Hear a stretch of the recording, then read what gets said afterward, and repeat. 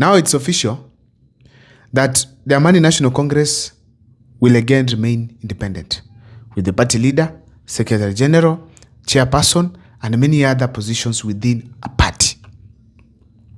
For those who remember, recently, just before the ODM merger with UDA, already Musalia had taken the entire Amani National Congress and given it to William Ruto. And what happened at that point, ladies and gentlemen, is that now Musalia Mudavadi had no party and he was simply able to be seen clearly campaigning for UDA in Malava. And people are like, now you see, you are lost. Now you see yourself, you are lost. But now, Gafla bin Vu, we are realizing that already there was a case in court and the court has stopped the process of swallowing the Amani National Congress. Breaking news, koti imesema kila mtoto arudi acheze kwa mlango yao. Now, the High Court has nullified the UDA-ANC merger, terming it unlawful and unconstitutional. Now, the court has stated that the ANC remains a duly registered political party, and it has ordered that all assets that had been taken by the UDA party zikuwe returned to the ANC party. That now they are having their independency. They are no longer the same with UDA. Ladies and gentlemen, this is politically significant. Something is happening somewhere. I want to take you through in this particular video, ladies and gentlemen, on the reasons as to why this merger had to be stopped completely. But before I do so, if this is the first time you're watching my videos at Mukwa Times, please make sure that you subscribe, like, and comment, because that is the best support you can always give this channel. Ladies and gentlemen, one of the reasons as to why Mudavadi decided that no, the party cannot just die, it's because of what you call political relevance, more especially in Western Kenya. One thing we all know is that if you don't have a party, you don't have a future in politics. You must belong to a certain outfit. And if you want to remain at the top, you must lead a party. And Mudavadi noticed that he's losing so fast because he did not have his own party. Just imagine Amani National Congress from Western Kenya. And a by-election has emerged in Western Kenya. Okay? Instead of even Ford Kenya, it is UDA they were campaigning for. Meaning UDA was gaining relevance there. Ruto was becoming more relevant in Western Kenya, which eventually resulted to Mudavadi even to go and campaign for UDA. A party that does not have any form of control over. So, ladies and gentlemen, it felt like he's losing relevance in the Kenyan politics. He needs his own party. And to register it could have shown so many bad things. Now, the only thing was through the courts and have the party back. So the merger is no longer there. Rumors are going around that Mudavadi was slapped in parliament, in State House. Yeah? And now we are having the party separating itself from UDA. What is happening? So, ladies and gentlemen, relevance was the key thing in this particular scenario. Number two, ladies and gentlemen, it's the sense of danger that they have just sensed. They've just sensed some danger going forward. That if they don't have a party, watapangu. They have just remembered somehow that the Amani National Congress was the bargaining tool last election.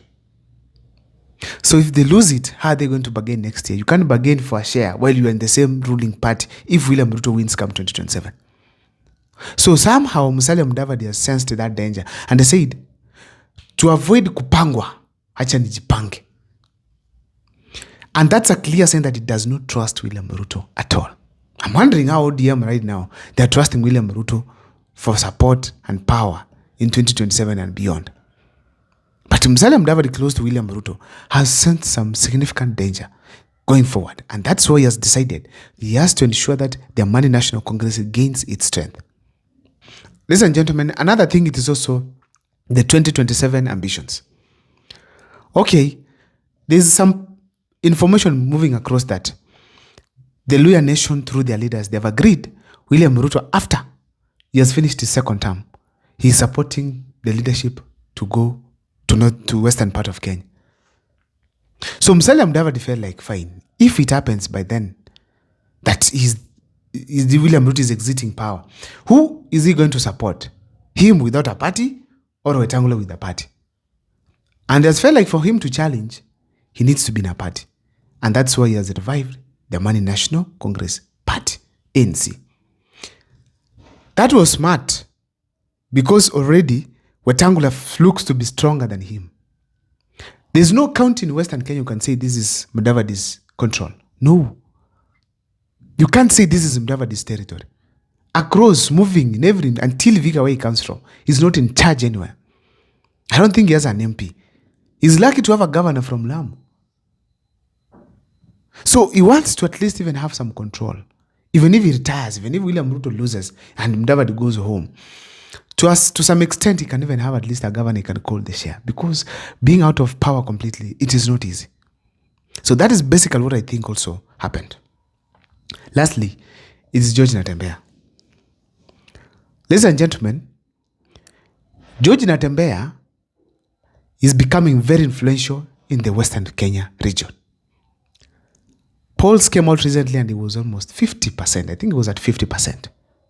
His popularity across, his influence was 50%.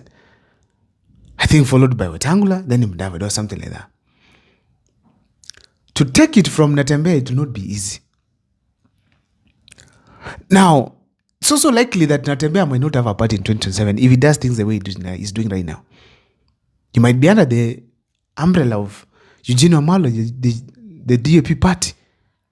So if he does so, Natembeya will not have a huge influence. So Mudavadi wants to take advantage and ensure at least that at that point he has bounced with his party and gotten some seats across. And they might take a certain seat from either Trans Nzoia, Vihiga or something. Fund someone, give him the party to vie for a certain position.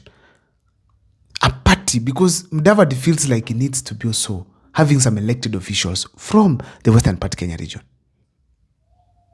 So in a nutshell, Natembeya has also contributed immensely to the separation between William Ruto's UDA and Musalia Mudavadi's Amani National Party.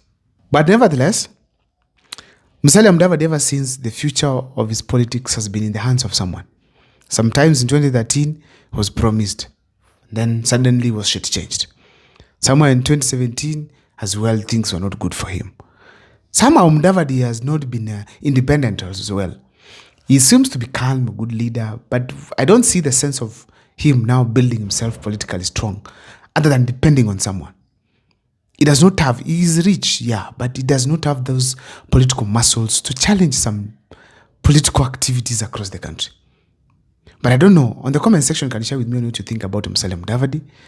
More especially now we are seeing that Musalia Mudavadi is proceeding to be in charge of the Amani National Congress Party that had initially joined the UDA party. On the comment section, share with me. My name is Abel Mukwa.